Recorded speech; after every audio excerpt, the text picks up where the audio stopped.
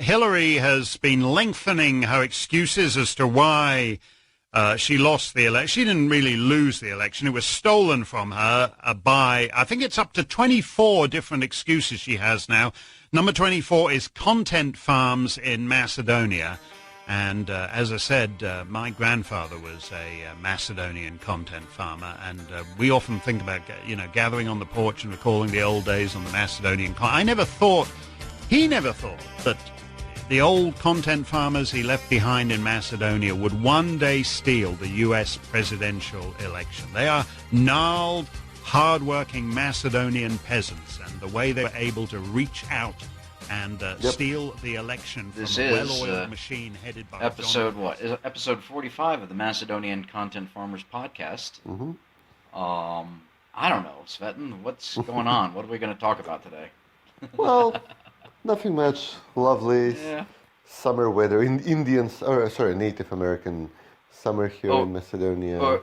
No, I thought you called it a gypsy summer. So that's what I was taught 24 years ago when I was there. But that's not politically correct now. If you want to get yourself in trouble. I do, actually. So I'm going to call it a gypsy summer in Macedonia. But yes, okay. So today is October the 19th, Saturday, 2019, and we are recording this episode number 45, the Macedonian Content Farmers Podcast. My name is Jason Miko, and I am coming to you from the foot of the Catalina Mountains in Oro Valley, Arizona. And this is Cvetin Suleimanov calling in from Skopje, the capital of the Republic of Macedonia, which will soon, as things stand, revert to its proper name. I think that has got to be the buzzword that we just play around with. I've been playing around with it. I had one in the chamber, article, written yesterday, and I was thinking of publishing it last night, but I'm glad I waited till today, because today, again, we're recording this on Saturday the 19th. It'll drop tomorrow on Sunday the 20th. Zoran Zaev said he was going to hold early elections, so I was able to change my article slightly, but the buzzword is revert, which is a fancy way of saying return to. Yes, Macedonia is going to return to the name that Macedonians have always called themselves by, which is Macedonia and Macedonians. And this is the funny thing and I wrote this in the article, that Zoran Zaev and his ministers always told the Macedonians, and the world for that matter, that there is no alternative, which of course is a logical fallacy. And here's the funniest part of it all, the irony. It's delicious and dripping with irony. The alternative they never thought of was that the EU would actually say no. And it's just it's so much fun, frankly, watching Jordana Ivanovska, the colorful revolutionaries, and others, and James Kerr Lindsay and all that work themselves up into an absolute lather and tizzy. I can imagine, Sven, that they all have already in their possession little voodoo dolls of Emmanuel Macron, and they are viciously stabbing him. And the danger, of course, is as they hold this voodoo doll of Macron in their left hand and stab it, they're going to punch right through the doll and stab themselves.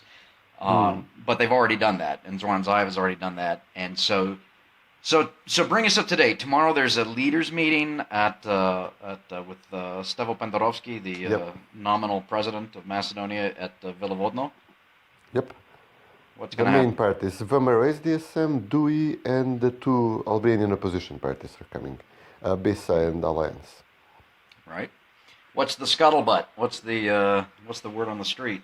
What's going to happen? Well, it was very clear. Zaev was very open in what he wants and what he is going for. He agreed to early elections. He was widely expected to resign yesterday when he flew in from Brussels, but instead he decided to hide from the public.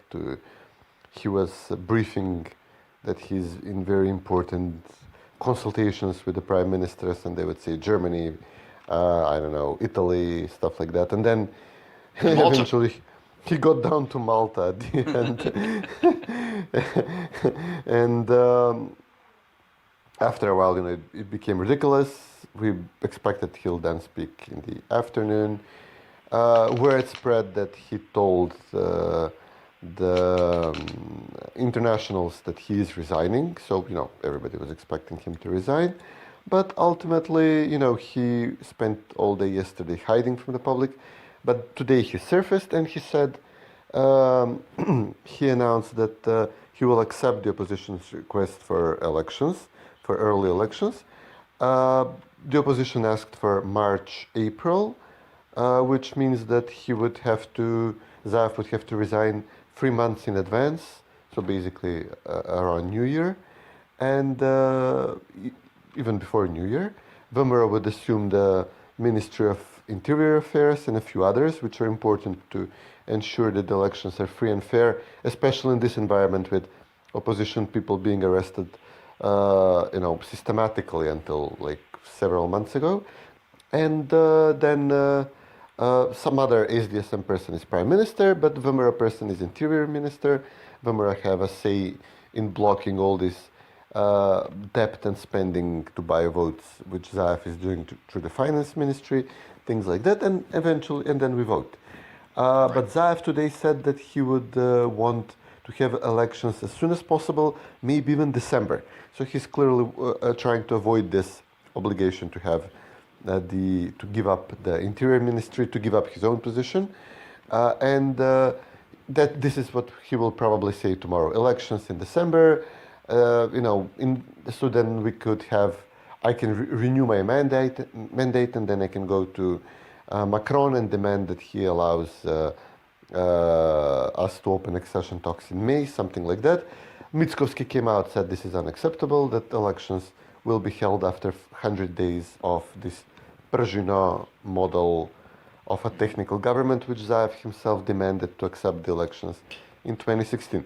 So this is going to be the discussion tomorrow, whether Zaev agreed to early elections, but whether he will also agree to give the same conditions which Nikola Gruevski gave him in 2016, even more than this. Gruevski was practically allowed him to have the 100 days extended into 200 days in 2016 because Zaev kept postponing the elections but insisted that he continues to hold the interior ministry. So basically he will try to get away with this obligation, and Mickoski announced he will not accept this. Right, and I think it's important to remember, we keep using the word revert, the message coming out of the EU leaders meeting yesterday, Friday, was that they would revert to May 2020 to make a decision on this, and I think Croatia will be the rotating president then. Is that correct? Yeah, but they don't really matter anymore. I mean, they're just... Yeah. So, okay. So elections maybe as early as December. If we count backwards, 100 days from the 20th, that's... Well, no, that can't be. That's... Well, yeah, that's the trick. Zaev would rather not give the 100 days, would rather not give the Persian terms to Mickoski. Okay, yeah. Well, we'll see on that. He's anyway, I guess we'll have to just wait and see on that. Now, let's just say for laughs and giggles, that he does actually follow the law and Persino and whatnot. So Vomero takes over Ministry of Interior and a couple of other ministries. Mm-hmm. Now, the interesting thing is, whoever's the Minister of Interior then from Vomero will not actually use the N-word in their discussions, in speaking, in verbal, in their oral, whenever they talk. I don't know how they're going to get around the written word because all the letterhead, the memorandums, the building, everything has the N-word on it. And that's going to be an interesting thing to watch. I don't know if there's been any talk about that. Probably not. That's becoming a big issue now, actually. Vomero are obviously not using North Macedonia. SDSM are, but, I've been pushing this for a long time. I believe on this podcast, privately to people, in a few articles and tweets, and eventually Vomero have come around to this, and now in the past few days, actually, very recently, and then Zaev today came around to this position, and that is that there is an article, the only article which matters at this point in the Prespa Treaty is Article 110b, and it states that we are going to begin issuing documents in Macedonia domestically using North Macedonia, precisely what you're talking about, all these myriads of documents which every institution is issuing, that they're going to be altered to to be in line with the Prespa Treaty after the relevant European Union chapter is open. So if it's agriculture, you're applying for a farming subsidy, you apply on a paper which says North Macedonia, the response says North Macedonia, but only within 5 years after we have opened the chapter on agriculture with the European Union. It says here, each EU negotiation chapter in the relevant field. Yeah. Yeah. Okay. So basically, Zaev is now insisted that the education ministry and the schools begin issuing like year-end certificates to students, graduation degrees and stuff with North Macedonia, but he's getting ahead of himself. He's implementing more of the Prespa Treaty than he should, because either paid by the Greeks or wants to really implement the treaty because he believes in it, whatever. But in violation of the Prespa Treaty, because we haven't started the relevant chapter on education, I guess, with the European Union. And as things stand, we're never going to begin these chapters. And even Zaev today acknowledged, there is an article in the Prespa Treaty, we cannot have implementation domestic of the new name without EU accession talks. So on one hand, politically, obviously, it's impossible for any government, even for Zaev's government, to continue using the N-word while we're being denied opening accession talks. The referendum said, do you want to join EU and NATO under this new name, under the Prespa Treaty? It didn't say, do you accept the Prespa Treaty with the prospect of joining EU and NATO? So in everything, the principle of having accession talks as a quid pro quo for the name change and joining the EU and joining NATO has been paramount, and especially the EU, because who cares about NATO anyway?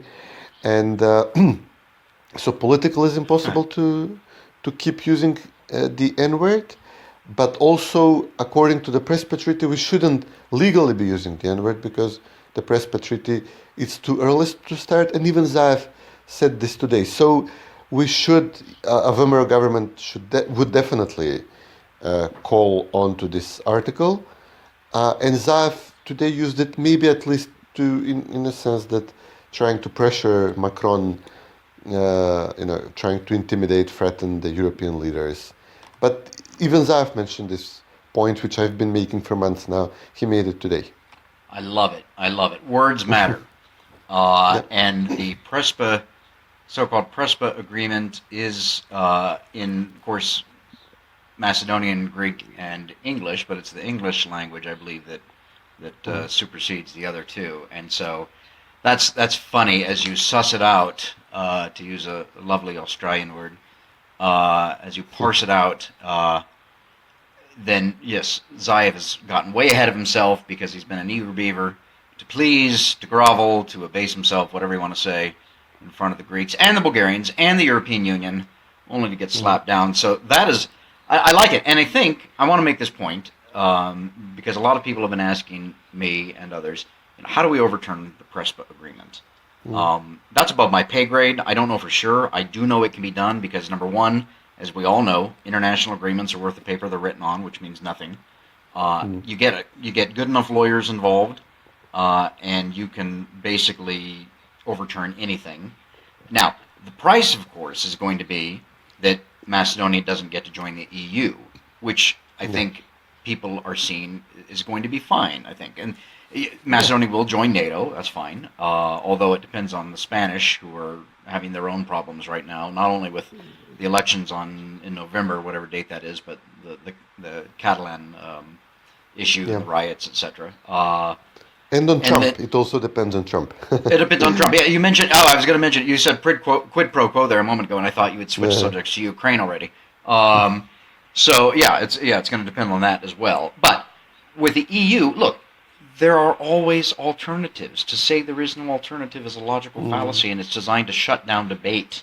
That's the only reason you say there is no alternative, is to end debate and move on to your own talking points. But there are always alternatives, and if Macedonians really do love their name and their identity and their history and their culture and their heritage and their language and their faith and everything that makes Macedonia and Macedonians unique in this world. All of the attributes and characteristics that belong to Macedonia and the Macedonians. If Macedonians truly love that, they will find other alternatives to the European Union. Now, we're talking about this again on October 19th, Saturday. At the same time we're talking about this, Cvetin, the whole Brexit issue is muddling through, and the Remainers are throwing spanners into the works to try and keep the UK in the EU, despite the fact that 17.4 million people voted in 2016, the largest number ever in any UK elections, to leave the European Union, and yet the Remainers are trying to thwart the will of the people, just as Zoran Zaev did in Macedonia, thwarting the will of the people, thwarting the consent of the governed, a hallmark of democracy. And I forgot where I was going with this. No, but which European leader is going to save us from... Oh, right. Yes. Yeah. The guy is really, on a roll. Macron, he's stopping the British from remaining in the EU. Or undermining breakfast. Did you say breakfast? You said breakfast, and I love breakfast. I hit a huge lunge. What's wrong with me? Okay, and he's saving us from joining this godforsaken club. So he's great. I'm beginning to love the guy. Well, I'm even considering having croissants for breakfast tomorrow. and French fries this evening. So let's actually. I'm curious as your take on this, and I've mentioned this to some others that we talk about, you and I, and I'm not going to mention their names, some semi-retired diplomats in the European Union that we talk with and whatnot. My theory is that, look, Angela Merkel is literally decomposing before our eyes in many ways, and Macron wants to set himself up as El Jefe, the big man in the European Union, and my own interpretation of him saying non to Macedonia and Albania was that he just did not, he wanted to put his own stamp on this and say this is the direction we're going for whatever reasons, but it's largely because he wants to set himself up, he is setting himself up as the big man of the European Union. What's your take on his reasoning behind that? Now, he did say, you got to have the special law and the special prosecutor, and you got to have reforms. And we need to reform ourselves and reform the enlargement process within the European Union first. But what's your take? Well, he's so eager to get the Brits out, obviously, and I've been tweeting and reading, although I'm blocked by this former ambassador to the U.S., Gérard Ayur or something, the French ambassador, but he's explaining the thinking. Un parler français un peu. And he's explaining their thinking, which is that basically they see further enlargement as a British plot to keep the Union crowded with these small, meaningless countries, and then nothing gets done, nothing gets decided. No united standards, it's just a trading union, no political union. And basically now they're eager to ensure that the Brits are out and stay out. They want to stop further enlargement with countries like Macedonia and possibly even Serbia, which is so close to France historically, but even they could get kicked out and, stopped in their tracks. Amending the enlargement process is one thing. It's not that important, really. They can make changes. They actually run it easily. It's a technocratic process. But he wants to reform the EU in a horrible sense. He would essentially destroy, make it much more centralized, deeper, he says. They already have a prosecutor. Now imagine this prosecutor, her first task, order of business will be to go after Orban or the Polish guy or whoever tries to be disobedient in the EU. Macron will definitely push for a centralized finance ministry, joint bond issue. He would latch the French debt onto Germany. He would definitely demand for harmonize the tax code. So basically, if France is taxing your company at 30% and Macedonia is taxing the company at 10%, if you want to join the EU, you have to harmonize the taxes and This would apply to Poland, to Hungary, to Romania, which is obviously cannot work. Macron would demand equal labor union rights. So if the French are protesting every third day and the companies are closing down in France and they're moving to Romania, then like Renault Dacia did. So basically, Macron would demand that Romania has laws which also allow unions in a local company to strike every third day as well, which again we cannot afford in the eastern part of the Union. This is horrible, this is untenable, but this is what he wants, this is what he's going to push for. And fortunately, an unforeseen side effect of this is that he's blocking us, and Macedonia would probably not be a part of this plan. Right.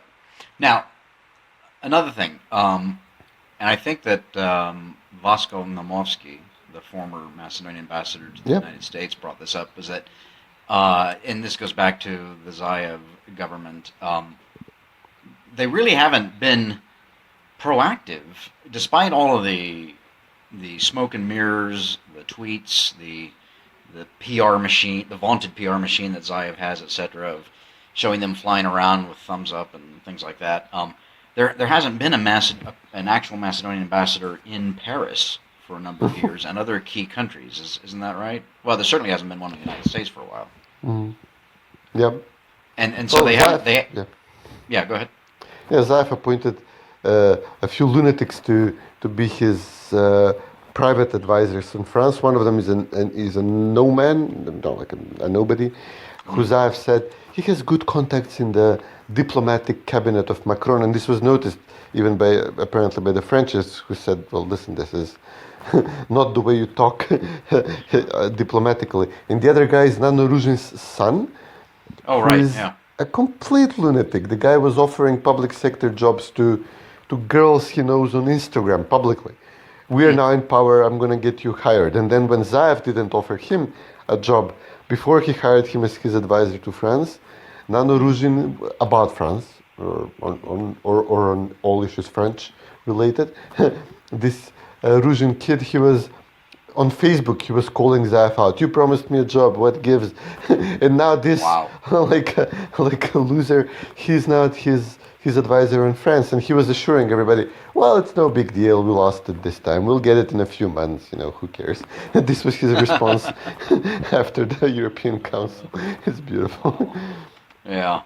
So the government, again, despite what it's been saying, really hasn't been using all of its diplomatic leverage within the European Union.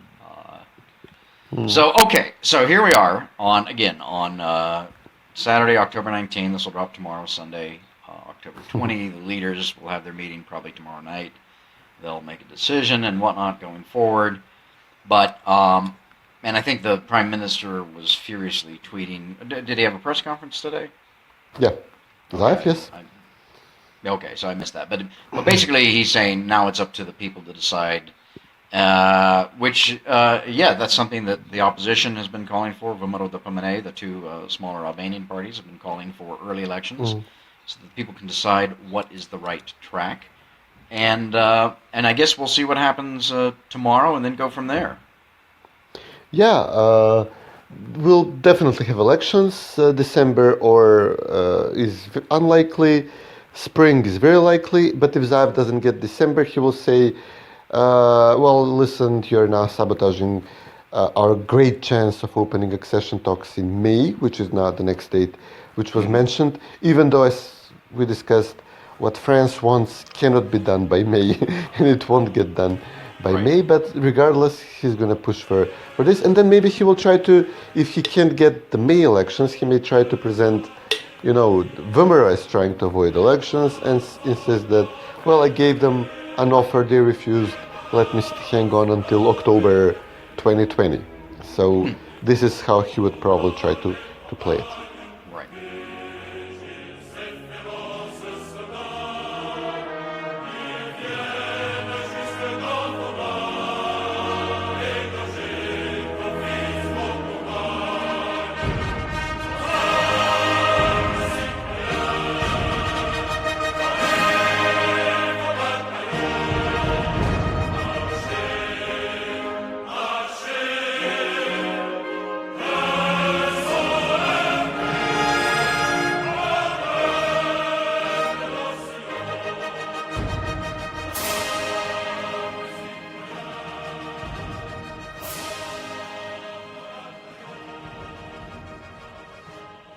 Well, let's kind of switch sides just a little bit. I mentioned the colorful revolutionaries that brought about, frankly, this whole mess to begin with. They wanted Zaev in power. They got Zaev in power. Zaev changed the name illegally and against the consent of the government, of course. Never thought that we could have this situation where the EU would say no or you're not ready and things like that. But the colorful revolutionaries, the so-called colorful revolutionaries, are all melting down. So we saw Ivana Yordanovska, who is in New York City studying, I believe, or working, but she's a former advisor to Zoran Zaev. She went on a Twitter rant the other day, and I can't say exactly what she said. So to sum it up, F you, President Macron. I know I'll get the chance to say it to your face one day. Which frankly sounds a bit like a threat, to be honest. Yep. What other gems can we pull out of here that she says? Yes. She used the F word again there. And then she makes fun of it. Pardon my French pun intended. Yeah. Anyway, so she spun out of control. I'm surprised she left this rant on there. I mean, it's going to come back to haunt her. And I know you're following a couple of people, some of the colorful revolutionaries and others that supported Zoran Zaev. What words of wisdom have they given the world? Oh yeah, the best meltdown was the Jovanovski family, Borjan and his niece Tanya Milevska. They're so tight with Nikola Dimitrov. They really took this as a slap in their collective faces. So Tanya Milevska, she was threatening France that we will send migrants their way. We will open the borders, and why are we going to be your border guards if this is how you treat us? And Borjan Jovanovski, he insists now that initially he demanded that the French people remove Macron from office, and now he believes that all of the other European countries, because they were all in favor of Macedonia opening accession talks, and France was against that. They should unite and somehow remove Macron from office. But they're venting. Obviously, they're hurt. They've overinvested in this, and they were expecting for a huge payoff. And their perks of office depend on Zaev remaining in power and delivering on these things. But there was also an interesting move by Tanya Milevska, who essentially said, we do not belong in the EU, they don't want us. She sounded positively like me, essentially. Wow. What are we supposed to, if they don't want us and cost us too much to join them, and if they're going to deny us again, why should we keep applying? We should stay out. She has some idea that only the good countries can remain in the EU, I suppose like Macron expects to do, get Poland, get Hungary, get Romania, everybody out, and then just keep the core of Italy, Germany, France, Benelux, maybe not even Italy. Yeah, and, not Italy. Not the way they change governments. They change governments like they change underwear. Yeah, but the interesting part with her and with some other Zaev supporters is that they're now pushing, and even Zaev before the summit started pushing this idea, that if we are denied, since we're being denied, we can make a European Union right here in the region. So Zaev met with the leaders of Serbia and Albania before the summit and called it a mini Schengen. And listen, we already have huge trade,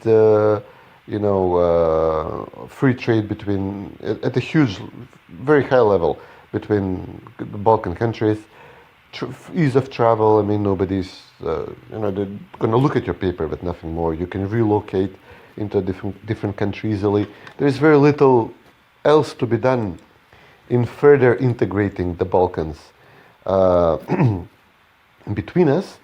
But this is what they're pushing now. This is the new line which all these people are pushing. And eventually, Gerald Knaus, who is, I think he's Austrian or German, he's in one of these think tanks, was very supportive of Zaev, and before that he was very involved in the migrant issue. He was very much an open borders guy, supporting these ideas, and he now came out with a proposal, few days before the summit, again of this mini Schengen, a Balkan zone, and he came up with a cool name.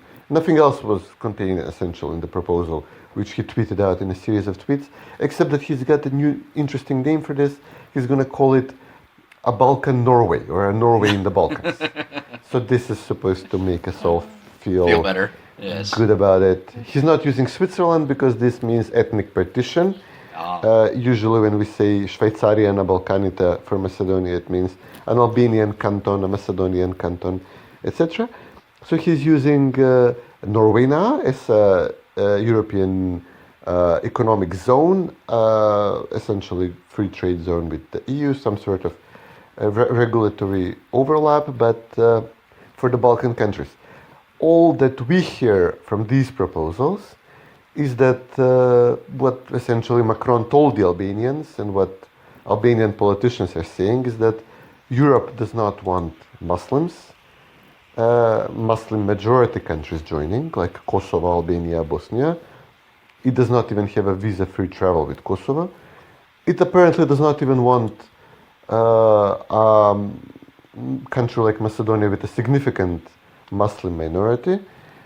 The Dutch people especially do not like Albanians. Macron was specifically talking about Albanian migrants. So we will get an Albanian zone, essentially. Serbia would be involved, but maybe France will find an exception to get Serbia in the EU, but leave us here with Bosnia, Kosovo, Albania, and Macedonia. Maybe Montenegro also gets out, but apparently Macedonia is being left in, after apparently Zaev, due to the political reality in Macedonia, couldn't even ask for a decoupling of Macedonia from Albania in these accession talks. We would have easily been given a date to open accession talks, but if it weren't for Albania, if we were separated, France could have put us in the Serbian and Montenegrin group. But because Zaev cannot even ask for this officially, because he owes his position to Albanian voters, and when Pendarovski tried once, Edi Rama shot him down immediately and he apologized, essentially.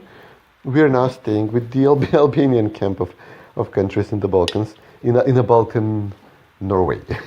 Wow, yeah. Well, yeah, actually, you mentioned the decoupling, and that is something that we really haven't touched on, but there's a lot of...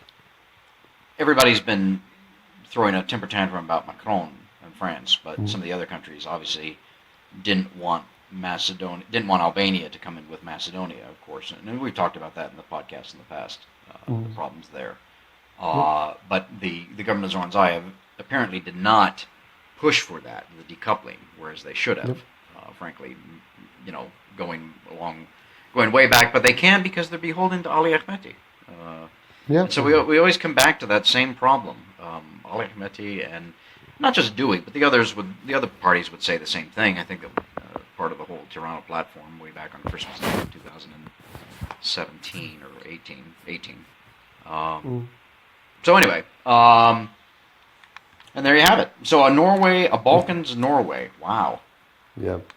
Although I have to say I'm not entirely. I'm a little rusty on the subject, but you mentioned you didn't want to say Switzerland because of the ethnic division. But I don't know if Norway's always been fair to my people, Cvetin. And I am Hungarian, so I'm Finno-Ugric. So the Laplanders, the Sami people of northern Norway and Sweden and Finland, these are my people, okay? This is my tribe. And they haven't always been treated fairly by the Norwegians and the Swedes and the Lapps. So I'm a little bit worried about using that model. They're Vikings. Historically, they have been very violent people, and even recently, in their progressivism, they're the first to adopt some crazy ideas. But I guess the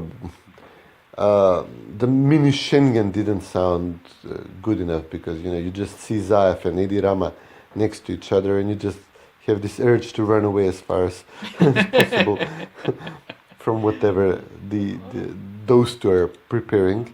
Yeah.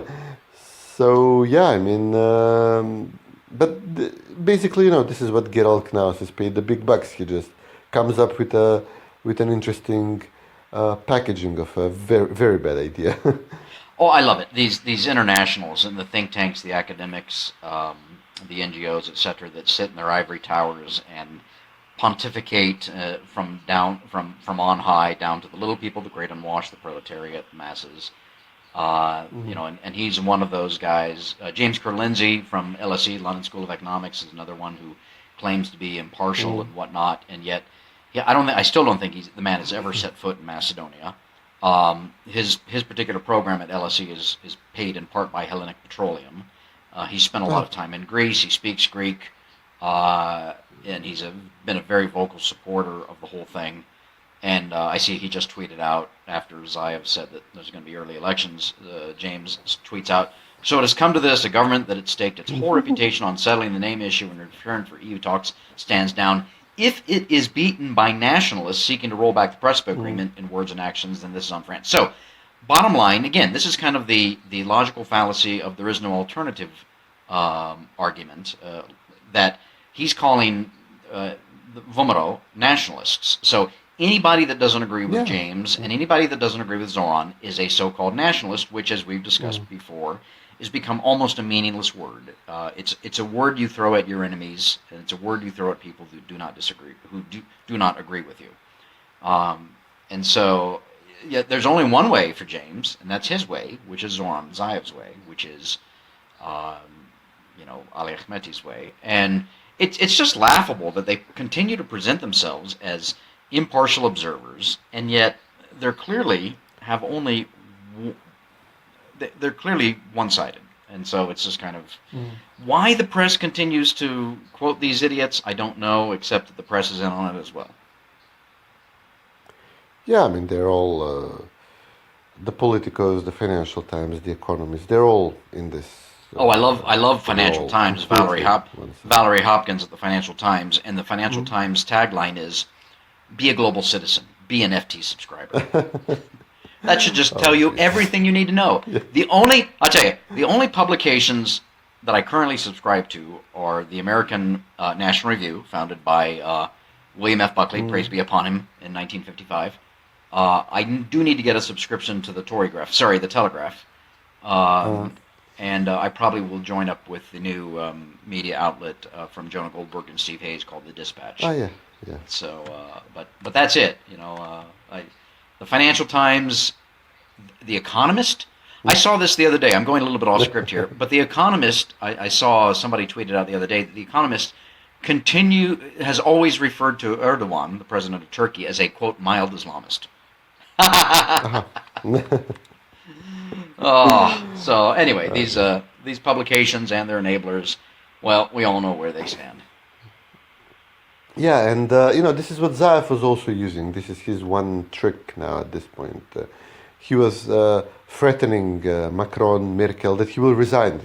He kept saying this. He flew to Brussels on first day, but before this he flew to Vienna, apparently some business deal. He's trying to sell something to some Austrian company before he's out. And he made a statement in Vienna that I'm going to resign. My government is dead, he said, if we do not get an accession date. And then in Brussels, he was, listen, on the one hand, on the other, this is something that could possibly eventually happen. So, he was trying to threaten these leaders of Europe to give him the accession date, trying to scare them with the Vomero. And apparently they don't care that much. I mean, we had this very unseemly situation. Those who do care still, I mean, the Greek doesn't care. He didn't like this treaty anyway. The Americans apparently don't care. I mean, NATO should be finished, barring an intervention from Trump going crazy. But Bulgarians care. They still haven't gotten what they wanted, and they want it, unlike the Greeks. I mean, the Greek prime minister is unsure if he even wants this, what Zaev is giving him, because he is supposed to give a lot in return. And but the Bulgarian guy Borisov was out, and he says to the Bulgarian press, he's essentially speaking to them as if he runs Zaev, which he, thinks he does, or maybe even really does. And he says, I told Zoki, you need to remain in your position. You have a lot more work to do. literally telling the Bulgarian press in a recorded on camera press conference that he wants Zaev to continue delivering. He's not sure that Vemera will continue delivering on making Goca Delchev a Bulgarian, amending the history books. And we're literally being told by European leader that our prime minister is, being held by a number of foreign factors to give them their what they're asking for, which is nothing noble, nothing major. It's a domestic policy issue for the Bulgarians, business deals, etc. And he's being allowed to steal money domestically while he does this. This is what nobody's even hiding this. They cannot even hide this. This is who Zaev is. I don't know. Yeah. Wow. Et je suivais par ce froid dimanche Nathalie. Elle parlait en phrases sobres de la révolution d'octobre. Je pensais déjà qu'après le tombeau de Lénine, on irait au café Pouchki boire un chocolat. And welcome back to the Macedonian Content Farmers Podcast. Cvetin and Jason on October 19, right after the events within the European Union and the news that Zoran Zaev is going to call early elections. But enough of all that. Let's have our farmers' picks. Let's go out on a high note. I actually don't have one because I was preoccupied. But Cvetin, I understand you have a good farmers' pick. What is it? Yeah, we have a new song by Next Time, the guys who we mentioned before. It's a farmer's pick when they had their song about Todor Alexandrov, which ruffled a lot of feathers and instantly became a hit with millions of views on YouTube. They're basically like a pop group of two twin brothers who eventually evolved and turned into a patriotic performance of Macedonian patriotic songs in a modern arrangement. And now they did Jovka Kumanovka. It's a classical song which is, very fitting for this time. It's about a girl from Kumanova who is, the song goes, she's walking down a field, she lost her necklace, so she's looking for it, and she has the Turkish lord of the region riding toward her, and he asks her, which is, this constant theme in Macedonian songs like Kala Shanja, or, the play Makedonska Krvava Svadba, the bloody Macedonian wedding. So basically, he tells her, come with me, you're going to be my wife. He uses the term white bula, which means a Turk's wife, a convert from Christianity. And she refuses him. She sends him packing. She says, the iconic quote is, Nise Grčam, nise Turčam. I'm not going to go Greek, I'm not going to go Turkish. I have my love who is a Macedonian, obviously a Christian. And this is what they did, and it's a very poignant moment when we are being told that we're going to adopt a new identity, and neighboring countries are going to decide on this identity, including Greece. And this song specifically has the quote, Nise Grčam, I'm not going to go Greek on you, I'm not going to accept to being a Greek or change my religion, go Turkish. So yeah, this is what they came up with to raise the spirits in this very, very difficult time. Excellent. So they just put this out? Yep, like a few days ago. Excellent. Great. Well, let's put a link to that in the show notes, and that's a great way to end this podcast. Yeah, sure. I think we're all eagerly waiting what happens on Sunday, and then we're off to the races. Absolutely. All right. Well, we'll see you next time then. Absolutely. Take care, buddy. You too.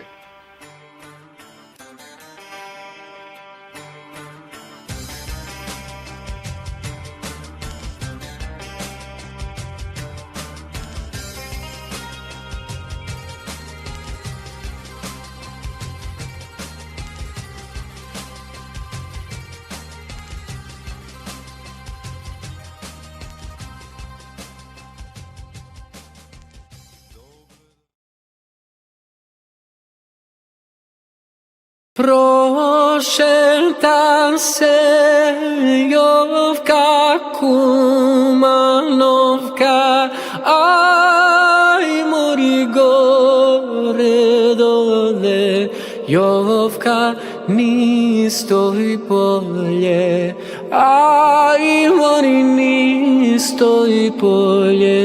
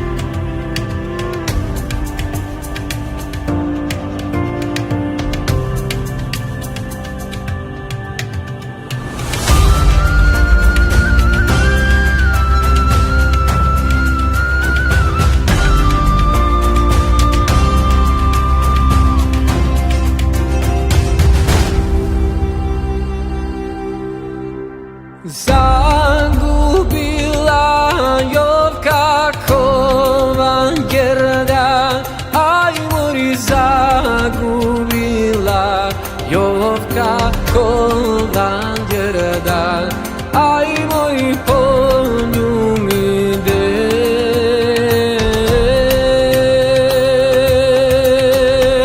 Ja ti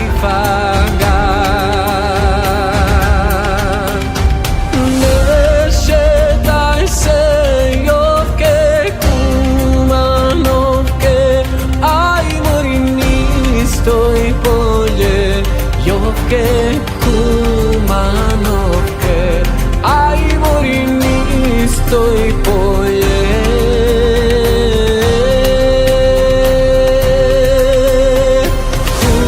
Kumanovsko.